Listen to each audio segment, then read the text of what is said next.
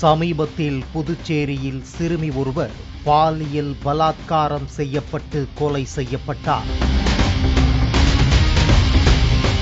இது தொடர்பாக 59 வயதான விவேகானந்தன் என்ற முதியவர் மற்றும் கருணாஸ் 19 வயதான இளைஞர் ஆகியோர் கைது செய்யப்பட்டு சிறையில் அடைக்கப்பட்டுள்ளனர். கருணாஸ் சிறுமிக்கு ஐஸ்கிரீம் கொடுப்பதாக கூறி அவரை விவேகானந்தனின் வீட்டுக்கு அழைத்துச் சென்று இந்த பாதக செயலை செய்துள்ளனர். தற்போது இவர்கள் இருவரும் காலாப்பட்டு சிறையில் அடைக்கப்பட்டுள்ளனர். பிற கைதிகளுடன் அடைத்தால் அவர்கள் அடித்தே கொன்று விடுவார்கள் என்பதால் இருவரையும் தனியாக ஒரு அறையில் போலீசார் அடைத்து வைத்துள்ளனர்.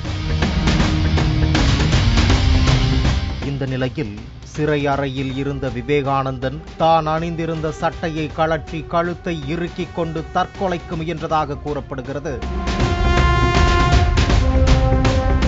இதை பார்த்த கருணாஸ் கூச்சலிடவே சிறை வார்டன்கள் அறைக்குள் வந்து அவரை தடுத்துள்ளனர்.